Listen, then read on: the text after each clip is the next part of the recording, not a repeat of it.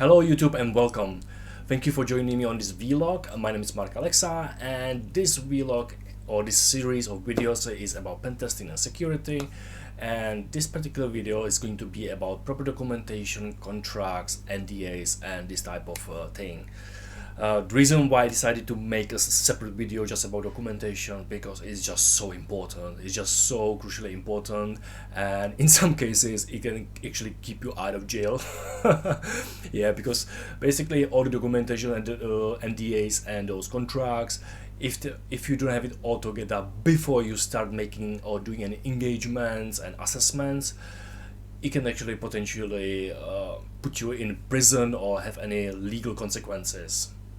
Just before we dive into documentation and different types of paperwork, I would like to also bring up one important thing. It is when you get contacted by a client or by a company, who's actually hiring you? Who's contacting you? Is he a person of authority within the company? Because when you are in this line of work, when you are a pen tester, sometimes called ethical hacker, if you will, yeah, you can't be hired by just regular IT personnel like network engineers, IT technicians, or network security personnel, right? You need to be hired by top level leadership or somebody who's got a decision making authority. Like for example, the director of IT, CIO, Chief Information Officer, or the audit manager, vice president or internal audit, CSO, Chief Security Officer, CISO or CISO, which is acronym for the Chief Information Security Officer, CTO, Chief Technical Officer, or the CEO who's in charge of the company, the main leader. If the person who's hiring you or contacting you to perform some kind of assessment or to do some pen testing, and they are not in a leadership position, basically if you just go along with this, yeah, you could potentially face some legal consequences. So without further ado, let's go over those documents, shall we? Let's do it. So let's go over those NDAs, shall we? NDA or non-disclosure agreement.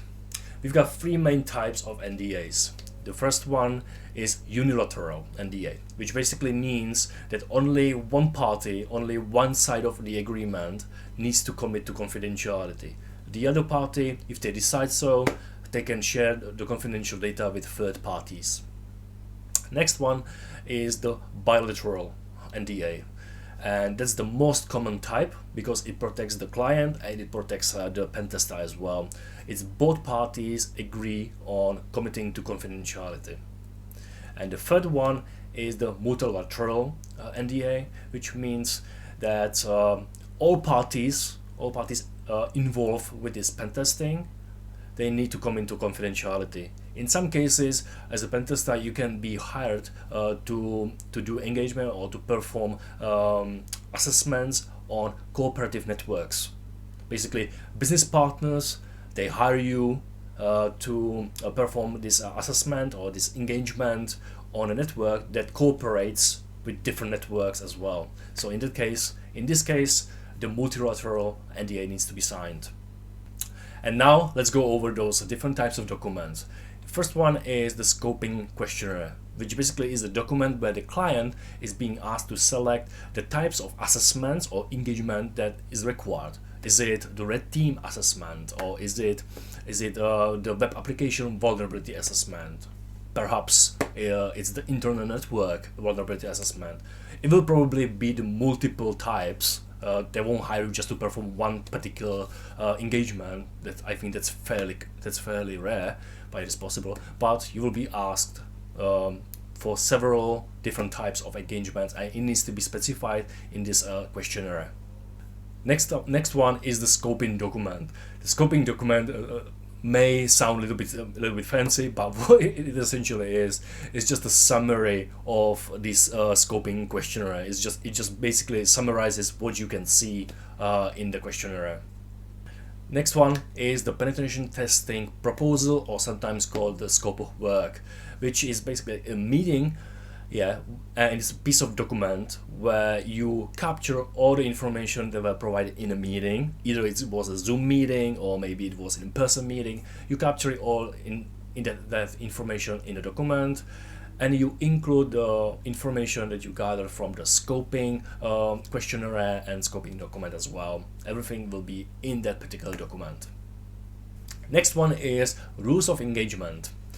This document is super important because it limits and restricts what you're supposed to be doing, what kind of engagement you're supposed to be doing.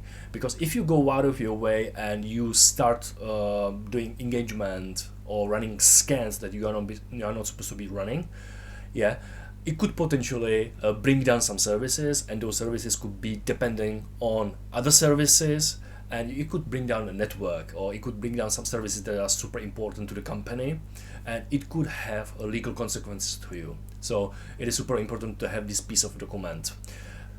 It can include information like what IP ranges or what site ranges you are allowed to scan, you are allowed to run engagements on. What are the goals of the engagement? What time and dates are allowed for you to run your engagement, or you do those assessments, right? And it can be more information than that, but this is something that you will definitely find in this type of document. Next one is contractors agreement. This is very important piece of document also for, let me put it this way. The IT leadership in companies, they are not required to share every bit of information or information about this pentesting engagement to other IT personnel, like IT support technicians or network engineers. They may not be informed about the company getting in touch with pentesting company or pentesting freelancer, and he will be performing these assessments or tests, right? IT personnel, they may not be aware of it, they may not be informed, etc. But the IT personnel, they also know about cybersecurity issues. They know how to secure ports and how to configure ACLs and what to watch out for, what to monitor, right? And if the IT personnel sees some dodgy behavior or some kind of logs in their ACLs, or when they see a terminal and they see something suspicious, they can actually catch you. They can catch the pentester during his assessment, right? And they can call police. So in that case, you will actually have this contract, this contractor's agreement, basically, that keeps you out of prison. Yeah, it's really like that, and it's super important for the pentester as well. And the last piece of document that pentester needs to have is the reports. For the client. It includes all the findings, screenshot, recommendations.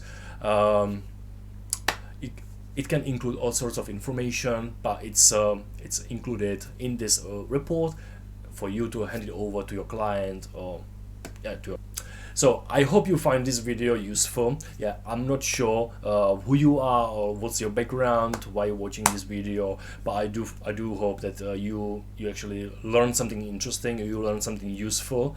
Yeah, don't skip. If you are learning about pentesting, if you are learning about how to freelance or how to run pentesting business, yeah, don't skip documentation. Don't just jump into pentesting, run the port scan, or run some botnets and just wing it, right? Because that's what hackers do. That's what script kiddies do, right? But if you are a pentester and you are actually committed to a legal career as an ethical hacker, as a pentester, documentation.